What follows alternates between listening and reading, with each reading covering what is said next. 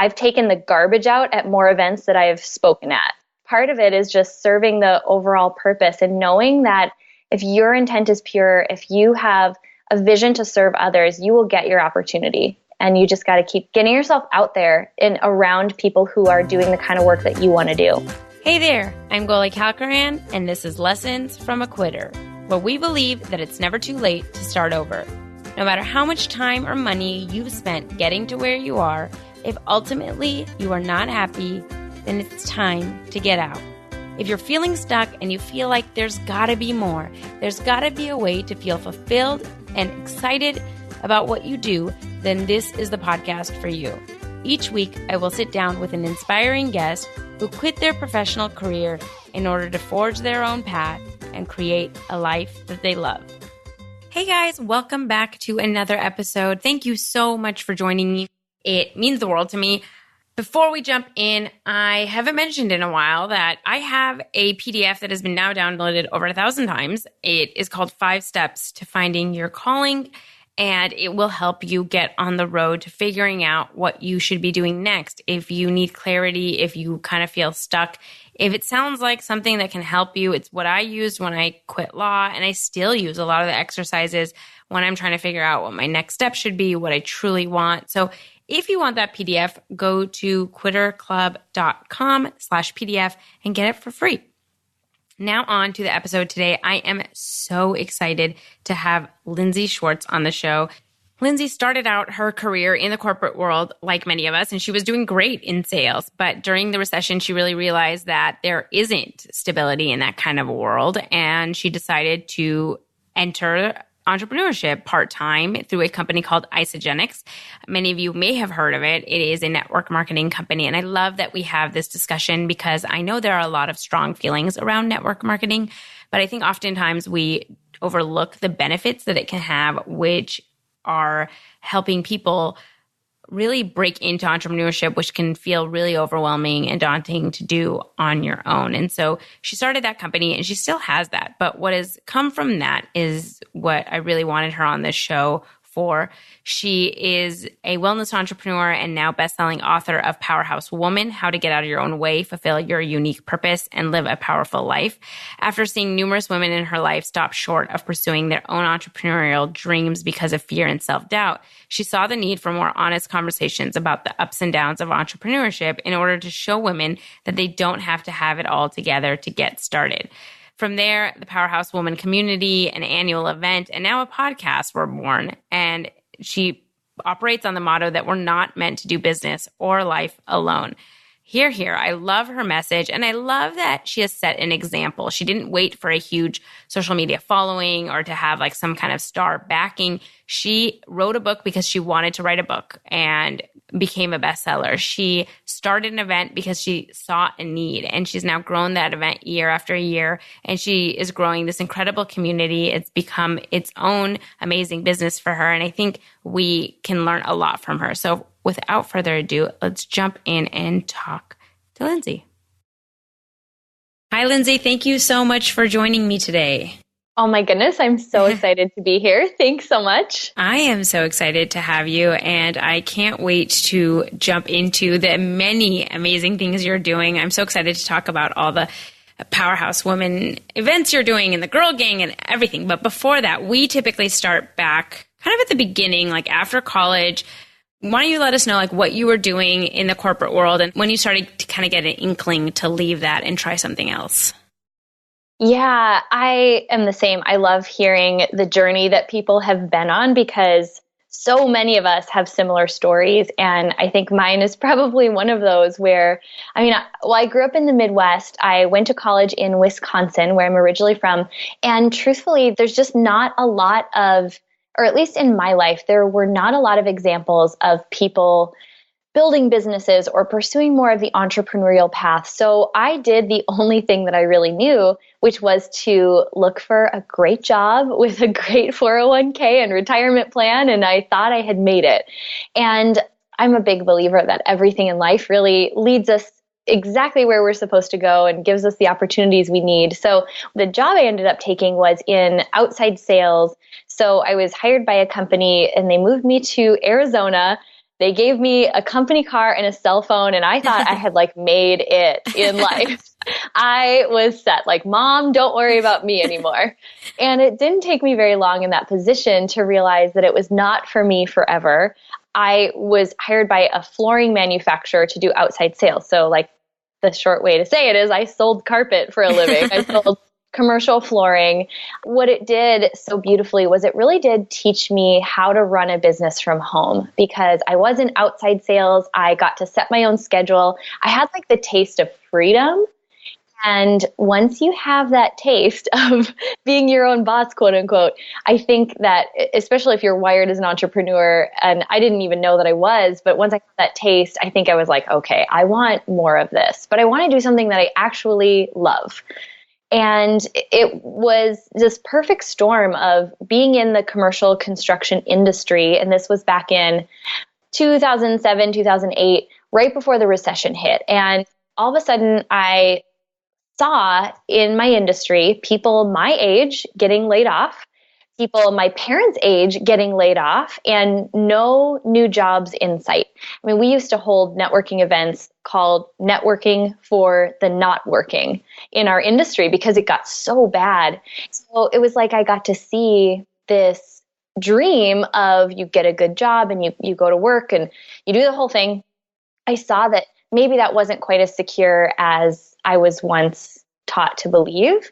And it was just that little push to start thinking outside the box, to create something of my own as a plan B, just in case I ever needed it to be a plan A. And in the process, ended up, starting my entrepreneurial journey and never looked back.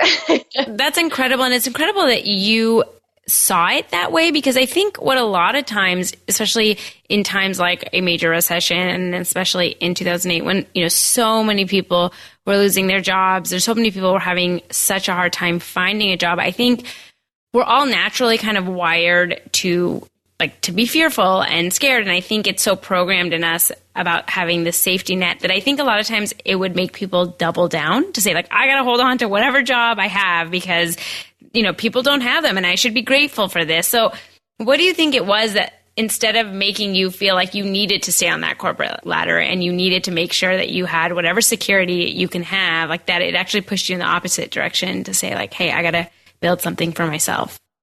I think it was the timing of this recession and starting to realize that, I'm sure this is no surprise to anyone, that no little girl says to her parents, like, I just want to sell carpet when I grow up. Like, that's what I want to be. There were so many things I loved about that job. I loved the interaction with people. I loved solving problems. But meanwhile, I was on this path of really diving into personal development, and it was exposing me to new ideas, reading about people who made a really great career for themselves out of something they actually loved. That course was not offered in my college. No one ever said, hey, think about something you love or a problem that you can uniquely solve and then figure out a way to make money at it. That just wasn't a conversation I was in. And so it was this perfect storm of the timing, the recession, realizing that maybe there was more potential than I had ever stretched my mind to think about. And almost just this little question of like, well, what if I could do something like that? What if there's something more for me, or I could wake up every day and genuinely love what I get to do? What would that look like? And so I just started asking myself better questions like that, which led down the whole path of starting my first business was in health and wellness, something that I loved. And then I've continued to just ask myself that question, what's next? What do I love? Where do I see a problem that maybe I have a solution to and could really help people? And that's really been the foundation of everything. I love that. I love that question. It seems so simple, and yet we tend to never ask it, and I think we so often do what we're supposed to do, or, what the secure thing or safe thing is, and not really what we want, and really think like, what if I could create something different? And so when you started asking that question, like you were saying, you didn't even really know you had an entrepreneurial spirit. So almost, it was your first business. You hadn't done anything. How did you know how to start, even that business in health and wellness? Like, how did you know what to do next? Yeah. So the first business I started was a network marketing business. I actually still have it to this day. And I'm such a huge fan of that industry. I think when done right, it is like getting your master's in business, in being an entrepreneur. So what was beautiful about it is it came with it this mentorship and this culture of personal development, which now I look at, entrepreneurs who do it, I mean, truly the hard way, figuring it out day by day on their own, who don't have a community. And a lot of that has even inspired what I'm doing now as far as, building more of a community for women. But it was truly, I mean, such divine intervention because I don't know that I would have had, number one, the tolerance for risk, or even just the confidence in myself at that point to truly just create something from nothing. For me, this was like the perfect baby step, and it taught me everything I know that I now use. So there's a lot of different ways it can look, but there's a lot to love or hate about network marketing. I'm sure Right. We're all on social media, so we all see it done, in maybe ways that don't resonate as much with us. But I'm such a huge fan of that business model for what it can provide, even just for people as a stepping stone into what they really want to do. I agree. And I didn't know that that's what you did. I actually love that. I've tried to really reframe the whole network marketing industry, and I know that a lot of people have, very strong opinions on it. And I do think that sometimes the tactics can maybe not be done in the best way. And so it can kind of take advantage of some people. But right. I think of it in the same way as you. When I see a lot of people doing it, I really love seeing that, like, there are, stay-at-home moms and working people that want to try something on the side. And this is giving them an opportunity to even explore, even just put yourself out there and try something different. And I think for that, it's a really great thing. It's obviously like not so great when it kind of takes advantage of them, but I think if done right, it can be a really empowering tool. And I've seen it empower a lot of people, that it has given them, like you were just saying, that spark that they need to kind of go on that journey. Agreed. Yeah. And I know I'm like, oh my God, there's so many rabbit holes I could go down, but I know. we'll just leave it as that for right now. Okay. So how long did you do that? So I still have that business. Right. So, I mean, we've had it for 9 years now. Oh, wow. And I would say I transitioned into what I'm building now, starting about 3 years ago, and then truly just made the full, it was interesting how, my network marketing business was my side hustle for 2 years, right. Worked my full-time job, became then, took that full-time, did network marketing for about the next 4-ish years, and then felt the calling to really pivot again and almost like worked myself into where now network marketing is again a side hustle. And it really is. It's the foundation of everything I've built, but it's just not where I'm putting my time now as far as growing something. So I'll always keep it. Okay. And that is the beauty of having something like that in your business portfolio is, just having the ability to create leveraged income to support the other things that you want to do. Right. And so how much does that typically take of your time now? Is it like mostly passive, or is it something that you still have to kind of work on, but just on a lesser scale? It's more something that I am choosing right now not to invest a whole lot of time into. I'm actually not the best at this, but I know friends who've done a much better job at setting up systems to really support as far as like the passive income stream. And I think everyone is just so different. I learned a lot of things the hard way, just about my own time and energy. I'm the type of person who I can't do something halfway. And that's tough for me, especially when I actually still love that company. I believe wholeheartedly in their mission, and I love what I'm building now. And it was almost like having to choose between a favorite child. Right. I just had to choose because I could no longer give 100% in two places. So it looks different for everyone, but it is a lot of work. Yeah. Like any business, It's a lot of work. And I think people downplay it and they want to make it seem like you just post on social media. But that's not the case. Just to be a little more concrete so that everyone knows, can you tell us what company you were doing that for and just what that business kind of entails? So that, because I don't know, I'm sure most people know what network marketing is, but I just want to make sure that we're not talking in very generalized terms so that people understand like what your business is. That's actually a great point. So the company that I still have a business with is called Isogenics. So it's health supplements and, things that fall under that umbrella. So essentially, if you think about network marketing as just a model where instead of paying celebrities to endorse it or stores to carry the product. It's all word of mouth and it's by referral. So I like to think of it kind of like referral marketing, truthfully. So it was all health and wellness based. And so, what I was doing when I was really, really invested in that company is I was not only coaching people in their health journey, but I was coaching people to build a business. And so that took a lot. I didn't just sit back and, someone went to my website and ordered product. I was coaching, I was creating a team, creating a community, a movement. Right. And I mean, truthfully, that's what I'm doing now with Powerhouse Women, just in a little bit different way. Well, that leads very nicely to what you're doing now. Can you tell us how that started? Like, how did you go from doing this company in the health and wellness space to wanting to create more of a movement with like women entrepreneurs or just women in general?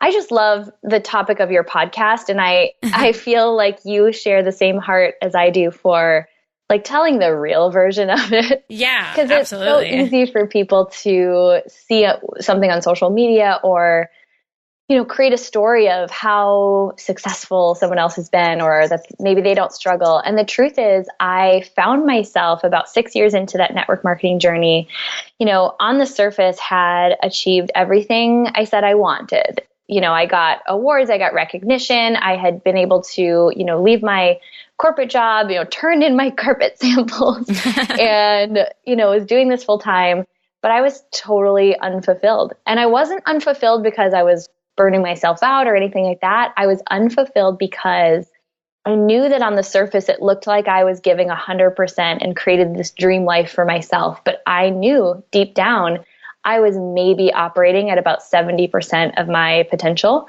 And the truth is I was scared. I was scared of what other people would think of me. I was still dealing with a lot of fear around, am I enough? Am I worthy?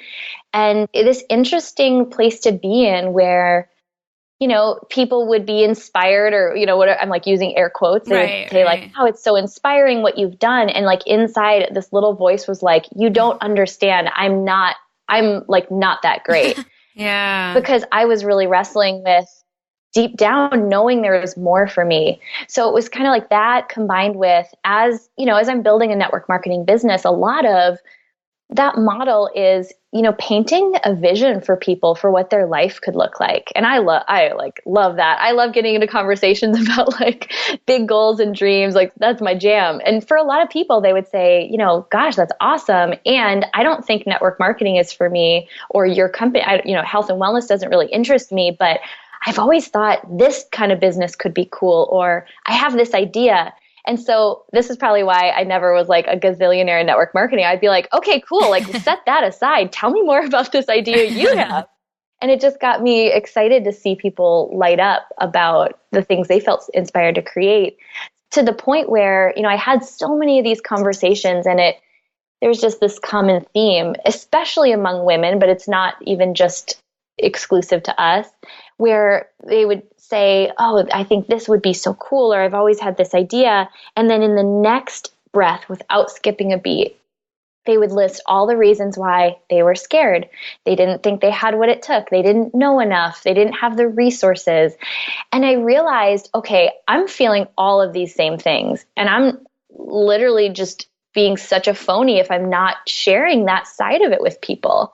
Because that is what it feels like to build a business. I am figuring it out every day. I have no idea what I'm doing. I just know like the next little step, maybe I could try. Right. So I just kind of started to have these feelings. And then a woman approached me. She was a mutual, kind of like an acquaintance at that point, knew a little bit about my story and what I had built in the health and wellness realm. And she approached me about writing a book. She was an editor and publisher. And she said, this could be a great way to establish yourself as an expert in that space.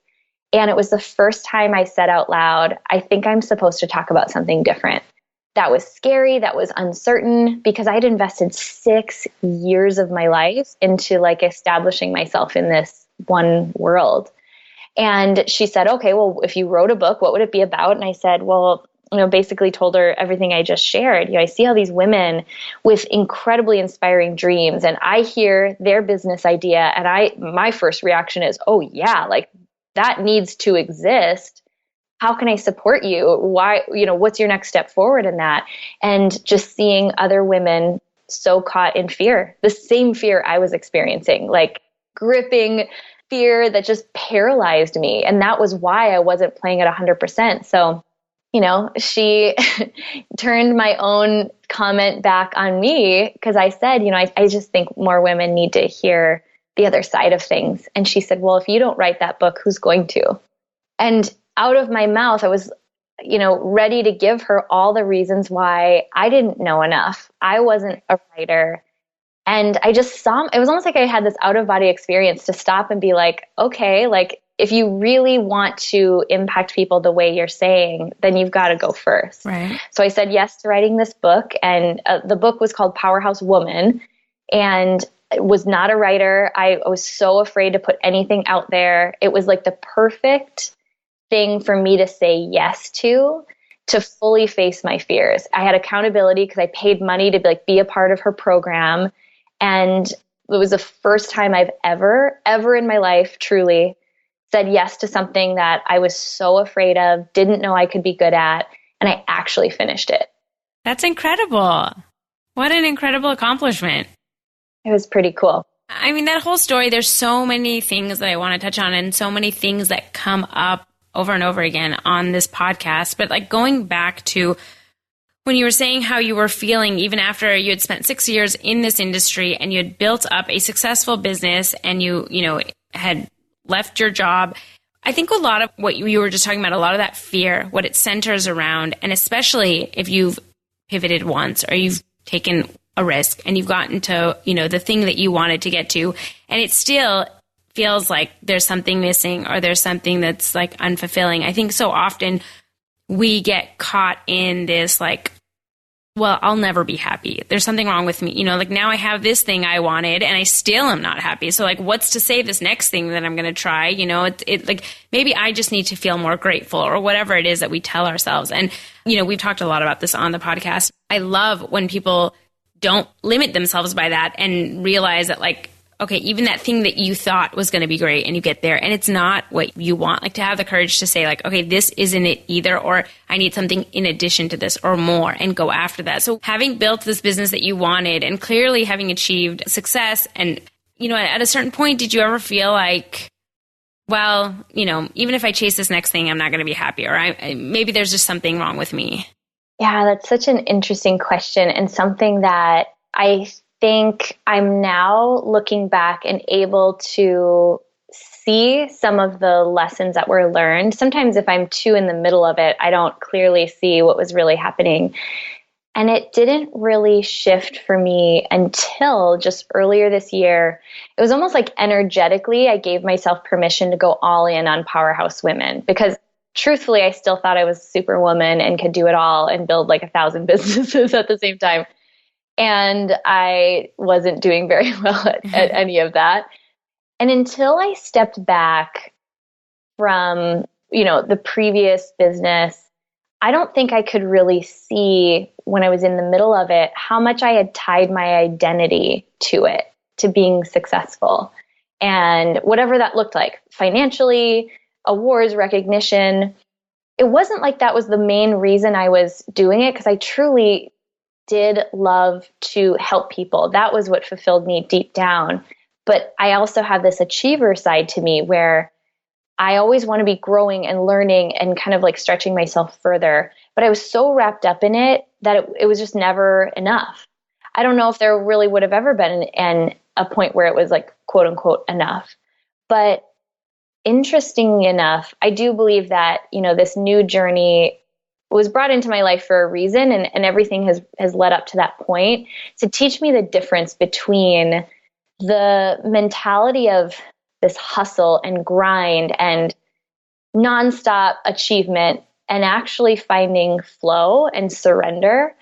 And I don't know that I could see how much I was gripping every outcome so tightly and trying to control the path when I was right in the middle of it. And then to step into something where when I did say yes to writing the book and then said, well, I want to plan an event around this, and then it's just grown from there. Everything I'm doing now, I don't have a playbook for, so I have to surrender it. I don't know how it's going to look and I couldn't have imagined it.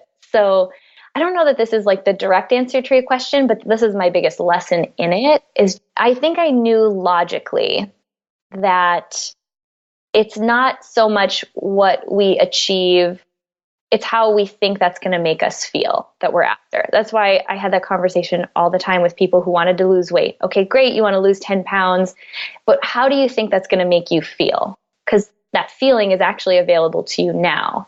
So I knew that on the surface, but I was so in the midst of this control and proving myself, I don't know to who, probably just to me, that I couldn't see clearly that I wasn't taking my own lesson.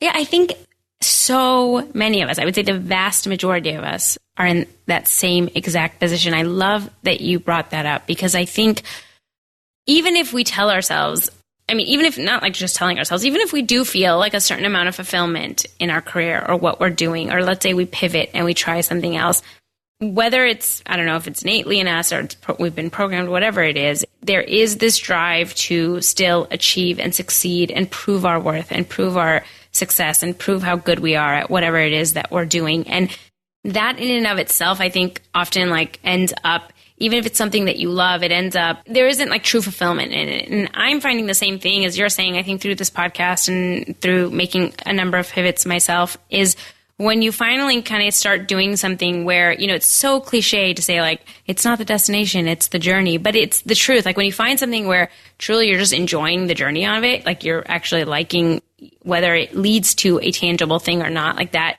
you start realizing how much before you were seeking quote unquote success. You were seeking like an end result. You were seeking just some destination to say like, look, I made this much or I got this award, and how much when you're white knuckling it and you're not like letting it just like happen, like how much that affects us and how much that takes away from the joy of just like living in that moment. And so I 100% relate. And I have heard it so much on this podcast that, you know, even the things that we love, even when people pivot, they quit a traditional career and they try something else, they're so desperate to prove that they can be successful at that they end up, I don't know, you know, that ends up not being the thing they want either, because again, it's part of the same hustle and working yourself to death and trying to get something and prove something and show something. And I feel like that's not really what we're here for.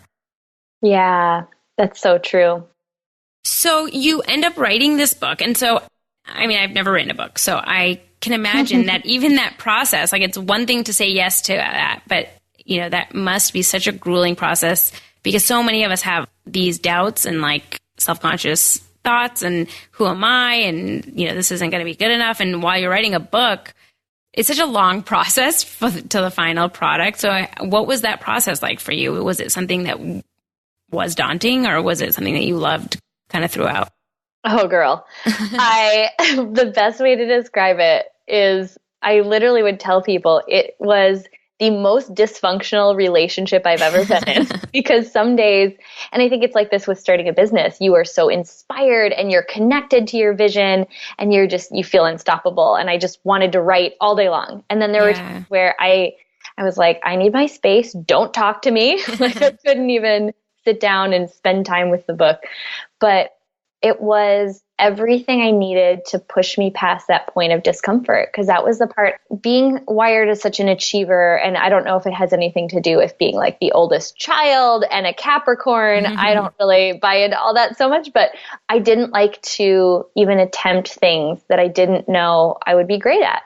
And it came down to control. I wanted to control the outcome and know with 100% certainty that me investing my time in this project was going to turn out favorably. Right. And so, you know, that was the source of all of the frustration I had been feeling in my other business. It had kept me from everything from, I mean, if we want to like really go back, it kept me from ever dedicating myself to a sport and becoming really good at it. Because I didn't like to show up on day one of like softball and be terrible. And so I would just, you know, I would dabble in everything, but never be great in anything. And it played out everywhere. And so it was the first time that I just really committed myself, even on the days where I was terrible. And there were draft upon draft upon draft that will never be published. And I wasn't good at first. It wasn't like I sat down at the computer and was like, oh my gosh, I'm like actually an amazing writer. And I'm insanely proud of the end result. It just took me being willing to be terrible before it got better. And then even just releasing that it will never feel finished. Yeah. You can't publish a book if you ever expect that it will feel complete or perfect, because who I started writing through this program that I had joined in like February, and I finished the first draft in October. And I was a different person by October. So I could have gone back and rewritten the entire first half, but I just had to trust that at least that version of the book was done and actually put it out into the world. And that was actually the scariest part. The writing was hard, but putting it out there, it was feel like an elephant sitting on your chest. Like, my goodness, someone is going to read. Yeah. So it was just an interesting journey to go through. And then I'll tell you this quick story because this just makes me giggle. And it happened like perfectly for me. Like this was the exact lesson that I needed to be delivered. And it's just such a blessing. But so what could have easily kept me from putting this project out was just that I want it to be perfect. Like, wanted it to please everyone, and not one single person in the world would find it like not great. Anyway, so I put the book launches, and it was incredible. The day we launched it, it hit Amazon bestseller in the women in business category. It was like all this cool stuff happened. That's awesome. And then my publisher calls, and I'm thinking she's calling to congratulate me. And she said, I pick up the phone. She's like, Lindsey, I'm sick to my stomach. And I was like, not exactly what I was expecting to say. And she said, there's a typo on the cover. Oh. And it was in the subtitle. We missed it. I mean, this cover had passed through so many eyes, so many rounds of professional editing, and we just missed it. But it was in that moment that it was almost like, and I do believe that God, whatever you believe, I believe that, everything is really for us if we choose to see it that way. And this was almost the perfect test to see if I had truly learned the lessons that book was meant to deliver me. Because I could have easily in that moment allowed this one minor thing to take away all the joy that I was experiencing in that moment. And just the support. To me, actually, the Amazon bestseller wasn't the most impactful part of that day. It was seeing all these people in my life show up to support me. Absolutely. And I could have easily allowed that to steal the joy in that moment. But I actually saw it for what it was. In that I said, actually, this is the perfect thing to happen today. Because it actually tested whether or not I got the lesson. And I was like, great. Okay, then now there will be, because obviously we went back, we corrected it, but there's about 200 copies in the world that are now a collector's item because they have a typo in the subtitle. I love that. It was pretty profound. And I think that it showed me my own growth in that moment, that I could just be okay and almost just laugh at the fact that had happened, because that is not the way Lindsey a year prior would have responded. I love that. What an absolutely beautiful way to look at it. And I think that it's beyond not just the book. One of the things I really want to hit home here is that perfectionism, so many of us, and I think women in general, were kind of taught from a very young age to do the things that we're good at and not do things that we're not. And I think so many of us, I've heard from so many women, and I'm the same, where I stopped doing things that I loved doing because it wasn't going to go anywhere, quote unquote, or I wasn't going to make anything of myself from that, hobby.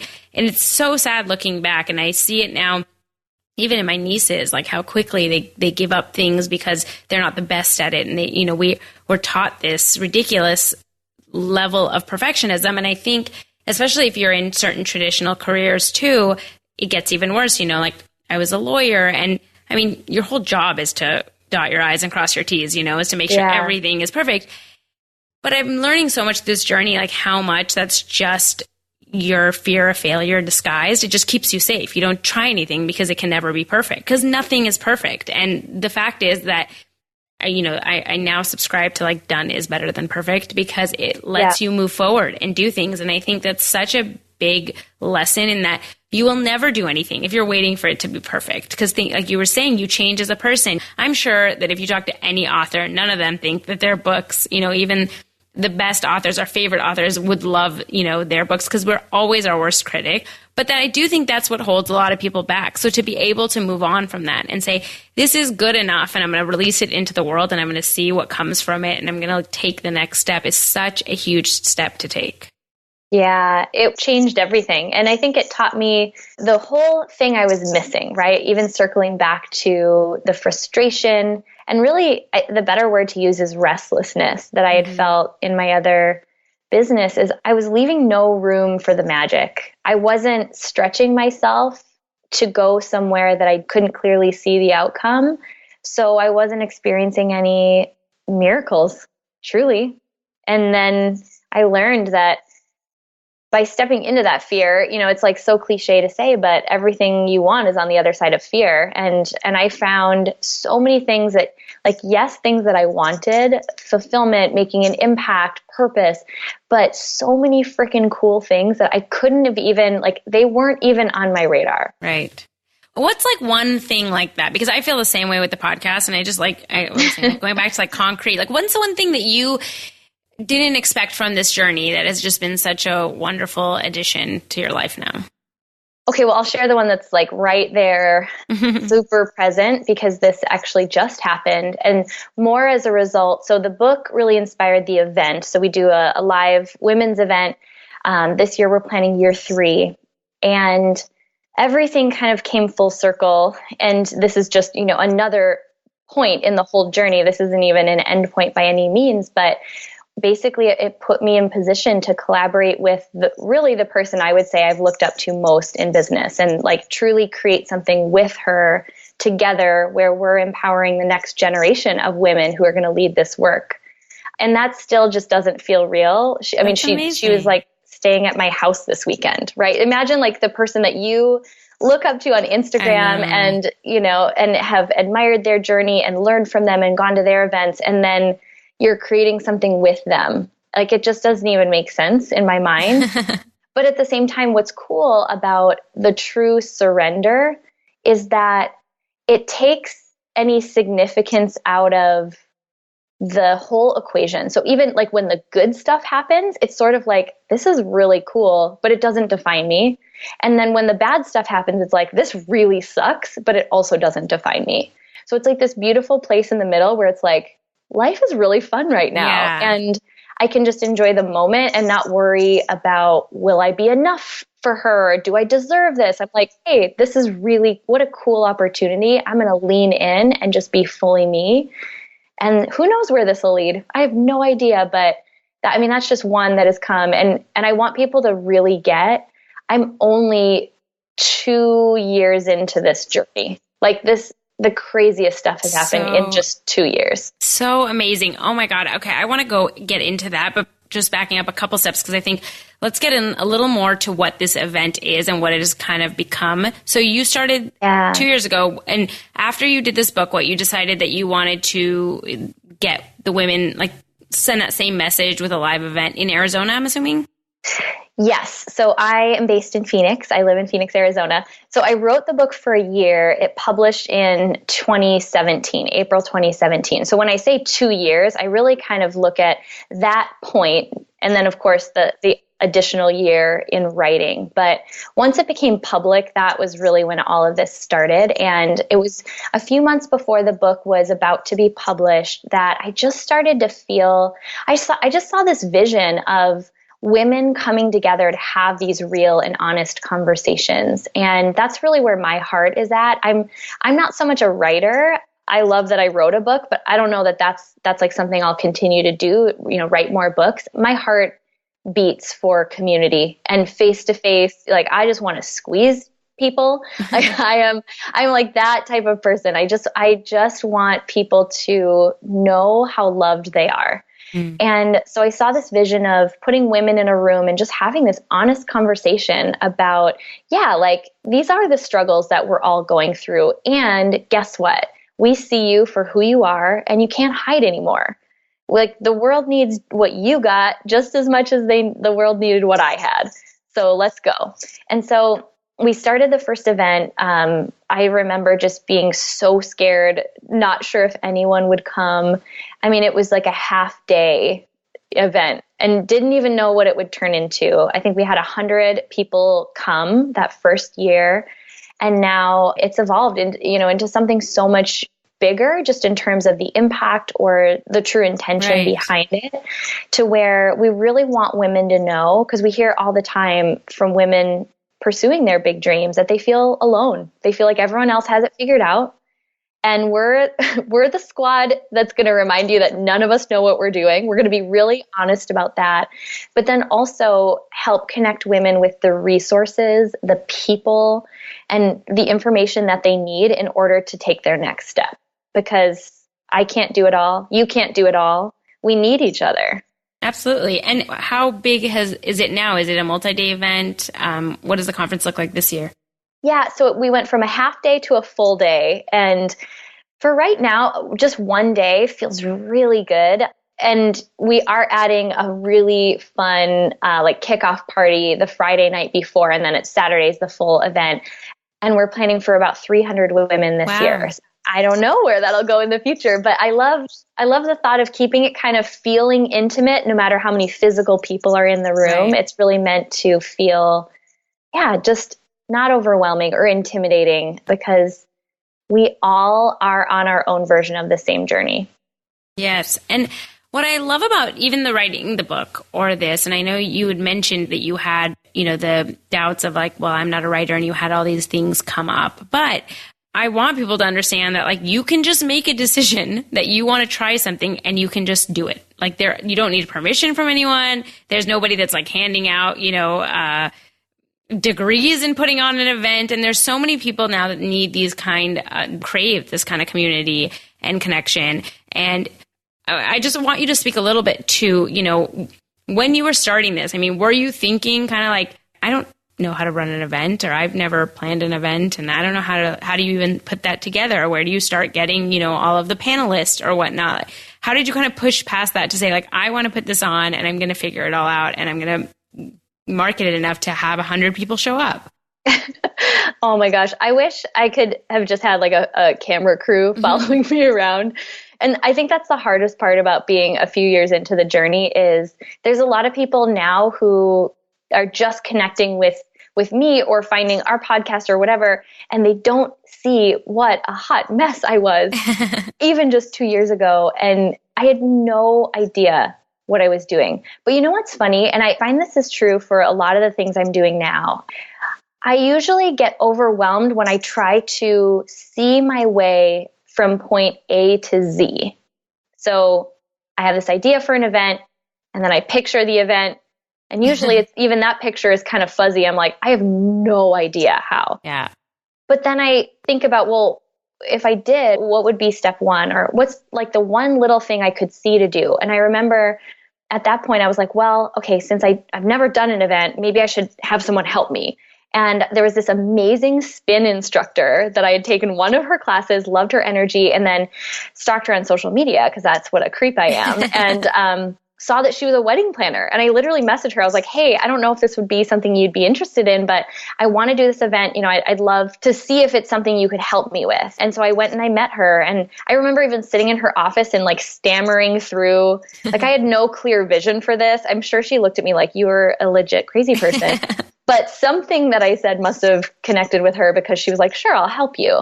And she really had me think about so many little elements that I never would have thought of. And I think this is like the biggest lesson, if I can even just tie this all together with a little bow, is we have to trust that when we're feeling that inspiration to create something, yes, it's usually wrapped in fear, but if we're feeling the little nudge to do something, create something, write something, that was given to us for a reason. Like, again, whatever your belief system is, I don't believe that God places big dreams on my heart only to not have me supported in fulfilling that.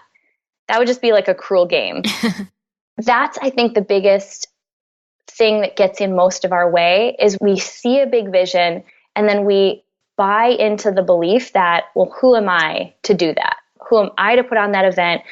And the biggest thing that we want to instill in women, our motto is we're not meant to do this alone. So I think we first of all believe the lie of who am I to do that, but then we also believe the lie that we've got to figure it out by ourselves. And we're all gifted with different strengths and abilities for a reason. So I think there's a lot of again, it's a platitude. It's a great hashtag to say women supporting women. Yeah. But when was the last time you actually allowed someone to contribute to you? Or when was the last time you actually got so far inside someone else's world, you were like, oh my gosh, I have a strength that could actually support you. And why don't I contribute that? So I think we still have a lot of work to do in that realm, as far as collaboration goes, and I have a lot of work to do. I'm still learning every day what is my zone of genius and what isn't. But when it comes to taking on big things, for me, it was planning that event. Yes, every single day I felt like I have no idea what I'm doing. And maybe I should call this person. Maybe I should think about, the agenda. Maybe what if it looked like this? And don't be afraid to start right where you are and be bad. Be really bad at it in the beginning.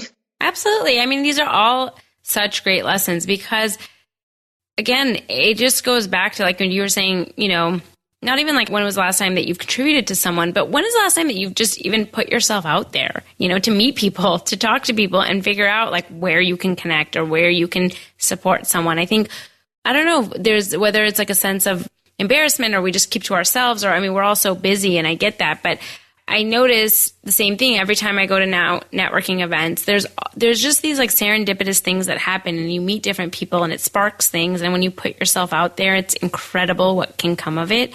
And I think you're really laying out a roadmap of how people should just kind of take action and that clarity comes from it. Because, you could have tried this half-day event and it could have, been a disaster or it could have just been okay. And then maybe you didn't want to do it and you do something else. But how would you have known until you did it? Yeah. And I've tried a lot of things that didn't end up being the thing. Right. Exactly. Right? Yeah, that's so true. And I don't know. I am not by any means an expert in any of this. And I'm still very much figuring things out as I go. But I found that what I thought I was looking for all along, what I thought success would bring me was, I think deep down, I thought it was confidence, just feeling really confident in who I was as a person. But what's interesting is that what I've found that I thought confidence would, be the ultimate thing. It was actually freedom, just freedom to fully be me and try, succeed, fail, get up, do it again, and just continue growing as a human. I think that is ultimately now there's no end goal I'm trying to reach. It's just, what feels fun, what's bringing, what's the Netflix show with Marie Kondo, what sparks joy, just what really is fueling my soul, but then also what's making me a little uncomfortable, because that's usually where the best surprises have come from, is when I'm willing to lean into what feels uncomfortable. Right. Yes. And I think that's the entire point. I know so often, we want to know what the, you were saying, A to Z, you want to know the end point. And I found the same thing that when I became the most fulfilled is when I realized, wow, this really is just a continuous journey. And so I'll do this now. And then in a year, who knows? And in 5 years, who knows? Other things will come up and I can try it and I can give myself the space to try that. Whereas before, I feel my mentality was so I got to find the thing and I got to become successful and I got to do it and I got to make a lot of money and I got to show people that, and it's now I'm yeah, I have no idea what I'm going to be doing in 2 years. We'll see what happens. Yeah, same. I literally have no idea what this is going to look like a year from now. I love that. I love that it has turned into such a huge thing and that it is allowing you to meet your, idols and that you are working with them. And I think, again, that is just such a testament to, so many of us think that you have to have, resources or connections, or you have to have been doing this for 20 years, or and we look at a lot of people that are 10 years ahead of us and we think I could never be that. And I love seeing people that are just hey, I'm going to put myself out there and putting themselves in the arena and being with the people that they want to be with. And it's just such a inspiration to the rest of us. Yeah. Well, and I think on that note too, sharing the highlight of how the collaboration came together is one thing, but I just truly was so grateful for the work she was putting out in the world. I showed up to support and to serve at her events and to just share the work she was doing, never expecting anything. Right. So, I think that's a whole other conversation for a whole other day. Just even like putting yourself in position to really collaborate on a high level with people who are killing it. Right. It starts with the humblest of beginnings. And I think that's so tough for a lot of people to really embody. I see it all the time. And it's been the same for me. It's like you want to get to where they are and you just want to hit fast forward and get there. But, we each have to go through our own journey and do the work. And sometimes just show up again and again and again with no recognition. Like I've taken the garbage out at more events that I've spoken at. And that's part of it, right? It's like, Absolutely. It's part of it is just serving the overall purpose and knowing that if your intent is pure, if you have a vision to serve others, you will get your opportunity. And you just got to keep getting yourself out there and around people who are doing the kind of work that you want to do. Yeah. So can you tell us who it is, or is that like a secret? Oh, yeah. No, it's not a secret. Her name is Lori Harder, and she's got an event of her own called the Bliss Project. And then we haven't fully announced this yet, but we probably will by the time this episode launches. We're going to be creating something really cool for really the next generation of women who want to lead that kind of work. So transformational workshops, masterminds, retreats, live events like we both do. It'll be a combination of all of those because it really is one and the same. But while it's going to be focused on events, we're essentially going to be giving people our playbook, like how we run our businesses, who's on our teams, really just helping people avoid some of the pitfalls that we've made. Because there's more people who need inspiration, transformation, who need to learn these skills than we can ever serve on our own. So again, just kind of like taking that collaboration piece to the next level because there's more than enough for all of us to Absolutely. go fast. I love that. And where can people follow along or find you if they want to know more about these events and get involved? Yeah. Really a great way. I think a lot of us are on social media these days, so I love to hang out on Instagram. My personal Instagram is just Lindsey Schwartz. There's an extra L at the beginning because apparently there's a lot of Lindsey Schwartzes on the interwebs. And then our community and event you can find, and our podcast is all just called Powerhouse Women.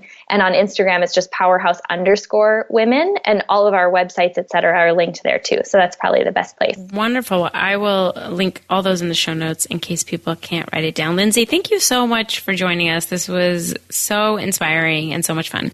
Oh my goodness. I just really enjoyed every minute of talking to you. And I can't wait to just learn more about everything you're doing. Thank you so much. How inspiring is Lindsey? I loved talking to her. And here are my 3 takeaways. 1, no one knows what they're doing, and we don't have to do it alone. I love that she kept repeating that she has no idea what she's doing. I say this all the time if you go to my Instagram, because I know on social media, it can look like people have it all together. And the reality is that really no one knows what they're doing. We're all just figuring it out one step at a time, making mistakes, pivoting, and moving forward. So just take that first step. And you don't have to do it alone. So find people to connect with. Find people that you can pour into and that you can lean on when you need something. 2, fulfillment doesn't come from controlling the outcome and forcing some kind of arbitrary success. It comes from giving yourself the time and space to do the things that you want to do and the things that are a little bit scary. It comes from pushing yourself out of your comfort zone and seeing what happens. And 3, think about the limitations that you're arguing for. So often we talk about our dreams and then come up with all the reasons why we can't do it. Think about where you're doing that in your life, because that's typically the thing that you should be doing most. And with that, I hope you liked this episode. I will see you next time. Thank you so much for listening. I can't tell you how much it means to me. If you liked the podcast, please rate and review us on iTunes. It'll help other people find the show. If you want to connect or reach out, follow along on Instagram and Facebook at Lessons from a Quitter, and on Twitter at Quitter Podcast. I would love to hear from you guys, and I'll see you on the next episode.